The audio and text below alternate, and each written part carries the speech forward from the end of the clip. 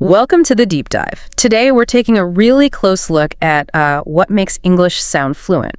We're drawing from this great source focused on helping people speak smoothly and naturally. Yeah, our mission here is pretty clear. Unpack what fluency really is. It's, not just about talking fast. It's more about sounding natural, feeling confident, and getting that smoothness. We want you to leave with some practical ways to work on your rhythm, speed, and clarity. Right, and the material we looked at for this, it's quite interesting. It's built around these simple kind of everyday conversations, lots of short, repeatable phrases. The idea, basically, is to get your brain thinking in English. They call it a daily fluency workout. Okay, let's dig into that then. What does it actually mean to be fluent?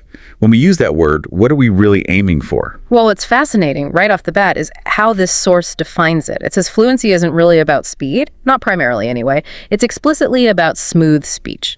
They actually push for speaking slow, smooth, and relaxed. Ah, okay. So it's less like a race. Exactly. More like a flow. That's quite a shift for learners, I think. It sort of lifts that pressure, the pressure to just speak quickly, and points towards, natural flow. And they really hammer home this idea, the more you listen and repeat, the better you'll speak. Repetition is kind of the foundation. Absolutely. It's like building blocks. You start with the basics, the everyday stuff. Like simple greetings, right? They give examples like, hey there, how are you doing? Yeah, and the response, I'm doing great, thanks for asking. The force point out that light flowing tone. That's what makes it sound natural. And it advises you, the listener, to practice saying these. Relax your mouth, it says, and just let it flow. And that flows right into talking about, say, your morning routine.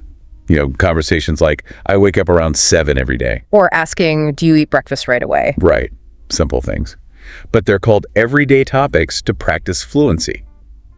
The focus isn't perfection. It's about sounding natural, letting words connect smoothly. It makes sense. And that same idea, that natural flow, applies when you're making plans too. Definitely. Like, are you free this weekend? Or let's go to the movies. When you hear someone say those naturally, it sounds so easy, doesn't it? It just flows. Exactly. And that's fluency, according to this. Keeping that rhythm going, speaking clearly, not just separate words, but a smooth stream. And it's not just social chat. What about asking for help? That's practical. Super practical. Yeah. Phrases like, hey, can you help me with this? Or I can't find the file on my computer.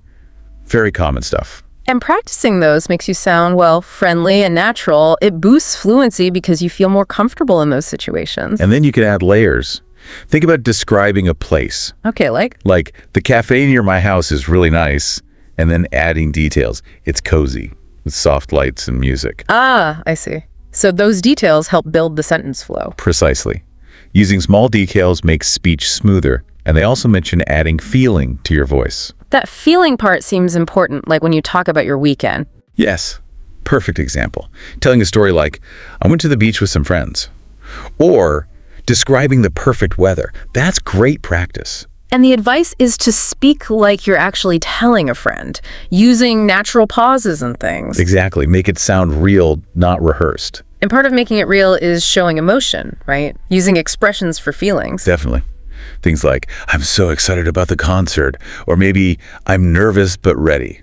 Our source says emotions bring fluency to life. That makes sense. Yeah, and that your tone matters just as much as the words.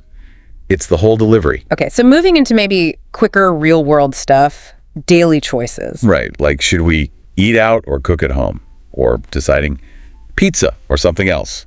How does that build fluency? Well, the idea is that fluency comes from making these quick, sort of real-time choices. Practicing them helps build speed and confidence in just responding. And asking opinions too, like, what do you think about this shirt? Exactly. Or, is this okay? Asking opinions keeps the conversation flowing naturally. It's interactive. They even suggest practicing those in a mirror. Yeah, just to build that comfort and easy confidence. Okay, what about being out somewhere, like a restaurant? Perfect scenario. Yeah. Simple stuff. Hi, a table for 2, please. Then ready to order. And you reply, yes, I'll have the pasta. These are labeled as real phrases to practice fluency. Builds confidence in actual situations you'll encounter. This next one seems really useful. Quick replies. Oh yeah, these are gold. Things like, sounds good, or no problem. I get it. Sure thing. Why not? Exactly. Those short phrases make you sound instantly more fluent. They help the conversation move naturally. It's about building fluency with Tiny habits. Even small complaints like, ugh, it's so hot today. Or the fan isn't helping much. It integrates real-world feelings, makes your English sound more authentic, less like a textbook. And being at a friend's place, things you'd say there. Right, like, hey, nice place. Or when they arrive, make yourself comfortable. Just common, natural lines for real situations. Helps you sound more like a local. So if you step back and look at all these examples, greetings, routines, plans, descriptions, quick replies. You start to see a pattern. Exactly. You see an overarching strategy. It's not just memorizing words in isolation. It's about practicing phrases in context in these everyday scenarios until they become almost automatic. So what this really means for you, the listener, is that fluency isn't some magic switch. It grows over time with consistent effort and bold practice. Yeah, bold practice is a good way to put it. The goal isn't perfection under pressure. It's about speaking with ease, letting sentences, flow like water. And to get there, consistency is key. That's where the learning habits come in. Practicing 20 minutes a day. Listening to things like podcasts. Right. Repeating phrases out loud, even just talking to yourself in English. Does that really work? Talking to yourself? Apparently, yes. The source says it really works for fluency. It emphasizes that even these small steps add up significantly. And using your own daily routines as practice material, like describing, I usually go for a walk after dinner. Perfect example. Daily habits are great for building that natural speaking flow without it feeling like, homework. Okay, so wrapping this up. The core message seems clear. Consistent, relaxed practice using real-life phrases is the way to go. That's the path to smooth, natural, confident English. And every phrase we talked about today, you can actually use. They're practical. And remember the main takeaway about speed versus smoothness. Right. Don't stress about being fast. Focus on being fluid. Speak with ease. Let it flow. Okay, so here's a final thought for you to chew on. Our source mentions something really interesting at the end. Oh, yeah. What's that? It says that talking about your interests is a powerful way to build fluency.